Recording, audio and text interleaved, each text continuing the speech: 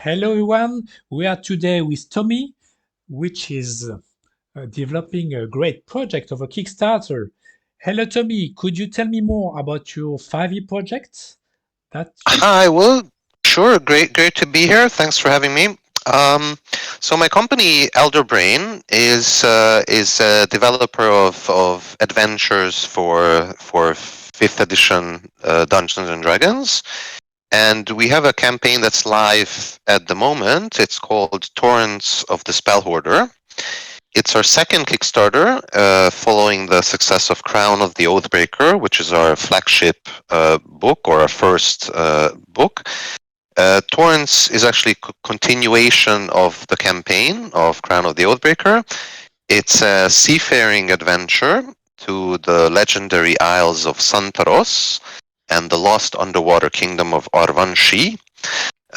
It's unique in the sense that it's a high-level adventure for characters of level 15, where Crown of the Oathbreaker leaves off, and it has loads of exploration and investigation in the Kalhei Seas. It's an epic adventure, of course, and it can be played, of course, as a standalone adventure, but it continues the campaign, and Elderbrain plans to make actually adventures of high level and even epic level adventures in the future. and did you develop some additional mechanics in your setting? Yes, we did. We have actually Crown of the Oathbreaker. The setting is it takes place in the same region. So what we do actually is we rely on our community, and both Crown of the Oathbreaker and Torrents of the Spellhoarder are exclusively based on grand surveys. So these are surveys with over 100 questions, where we go into all kinds of topics on, what is the perfect adventure for somebody, in terms of style and plot and the setting, NPCs, magic, dungeons. So we ask about all kinds of things, and the community voted actually to continue the adventure in the Kalhei Sea. So we gave a couple of options, all the different regions of our world, and the community chose this one, and so we'll have sections on naval combat. We'll try to. There are some official rules, of course, and Pathfinder also went into some detail in their Shekels adventure path. But we want to, try or we'll try to really simplify naval combat rules, like we did in Crown of the Oathbreaker, where we did mass or army combat, as an additional mechanic. So in Torrents, of course, since it's a seafaring adventure, naval combat will be featured very heavily. And I do think you have a unique way to add content in your book with Mhm. NPCs. Could you tell us more? Yes. Sure. So we have, and like we did for Crown, for Torrents as well, we're offering the chance.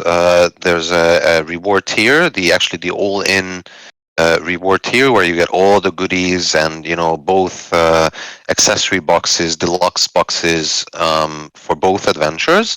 But we're offering backers to become NPCs in the story itself.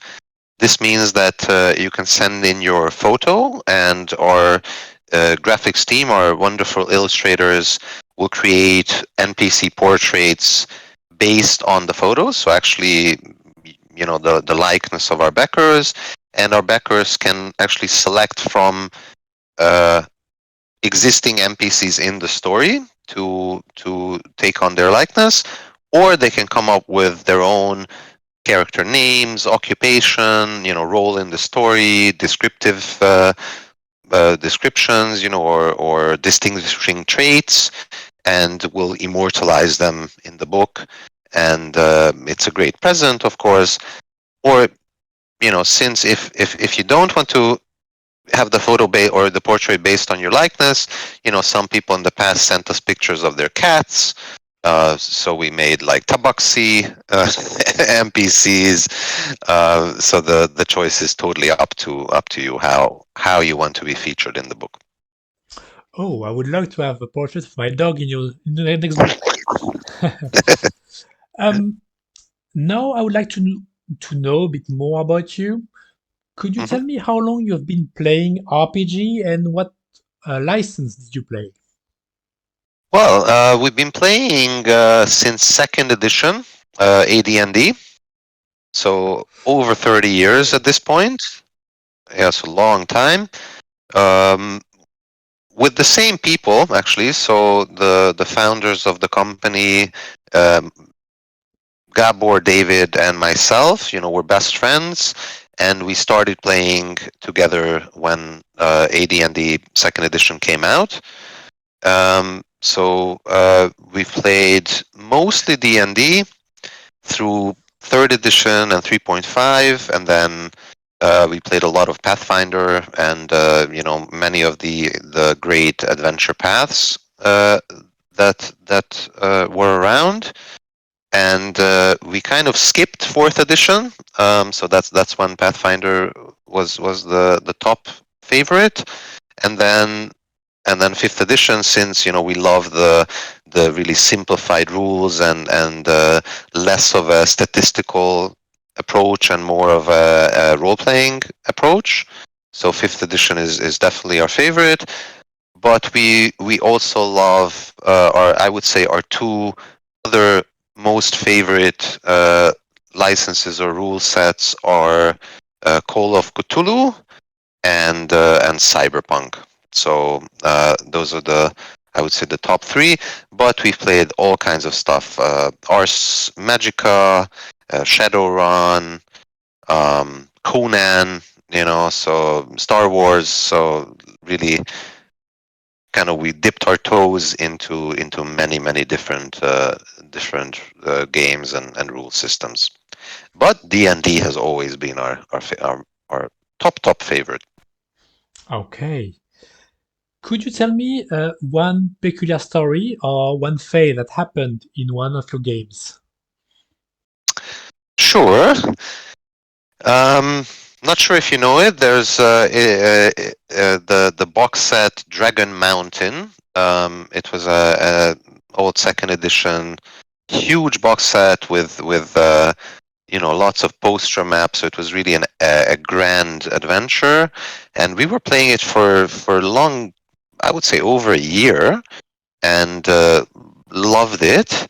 And then when we got to the final encounter with the dragon itself, one of the players was playing psionicist, and he had psionic disintegrate, which worked differently than the magical one or the spell, and basically no damage. The spell just said that if there's a Constitution save, I think it was, and if it's a fail, then it's an insta death, and DM rolled a 1 in front of us, so he made the mistake, I guess, of not rolling it behind the DM screen, and rolled a critical failure.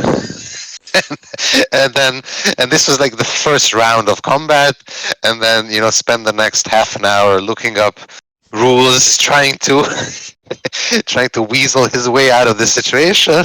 But the dragon went down immediately, and it was kind of anticlimactic. After 1 year of playing, it wasn't a grand combat, just peak one ray, one disintegrate, and dead.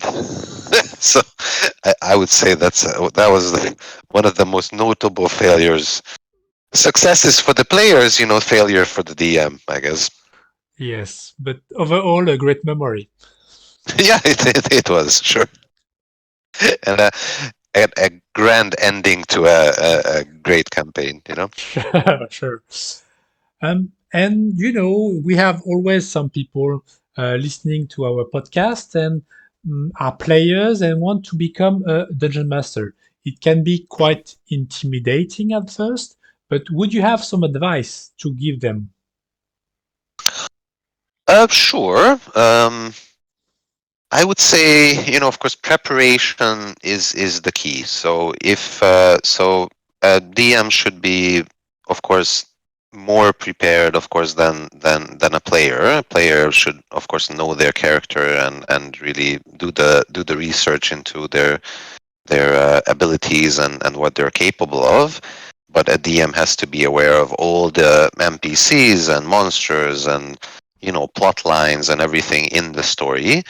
How I approach DMing is if you're playing a a set module, then read it at least twice, but before your session, really prepare the the section that you want to DM. So I think that that's the most important thing, is to be aware, to know what's in the room, not to spend time during the session itself, reading, and trying to figure out the rules and what's there, and to really be aware of the dungeon, what monster is in which room, what they do, why they're there, what their motivation is, what they do when the characters come, how they approach the situation. Of course, you as a DM, you want to have a set outcome. You want to guide the story towards where you want it to go. Of course, players will have something to say about that. So, of course, the beauty of this game is that it changes and it morphs, and you have different outcomes that you initially thought about, but you have to be totally aware of the setting, and the story. How we like to play, or how our style of playing is we enjoy cinematic situations. So of course, I'm trying, as a DM, I'm trying to paint a picture and put the characters into almost a movie, or an action movie where they're the characters, and I'm trying to describe the situation to be as cinematic as possible, as many descriptors, and to really immerse my players into the story. So I would say the most important thing is to be prepared, and and that takes a lot of research. Um, and even if you're playing your own, homebrew game, then again, it's easier probably because you're the one making up the story and making up the settings. But even then, it's good to know everything, and to be prepared for anything. But that means that you have to know your own story. Thank you very much for sharing all these informations. I will put a My pleasure. link. I will put a link in the description of the video so everybody can check and go to see your Kickstarter that will finish in around 1 week. Yeah, we have I think 8 days left, or 9 days left, 9 days to go. So there's still some time to check it out and grab all the goodies. Um, Even if you're just thinking about backing, or you don't want to become a backer, we have some great freebies on the Kickstarter page. Like there's a free dungeon and map of the Flame Drake, a wonderful dragon ship. We have a 17-page adventure summary of Torrents of the Spellbreaker, and I highly encourage everyone and invite everyone to check out the 91-page first chapter of Crown of the Oathbreaker, which is also available for free. It's an adventure in its own, so please go ahead and download that, check it out, and I wish everyone a great adventure. Thank you very much. Thank you for your time, Will.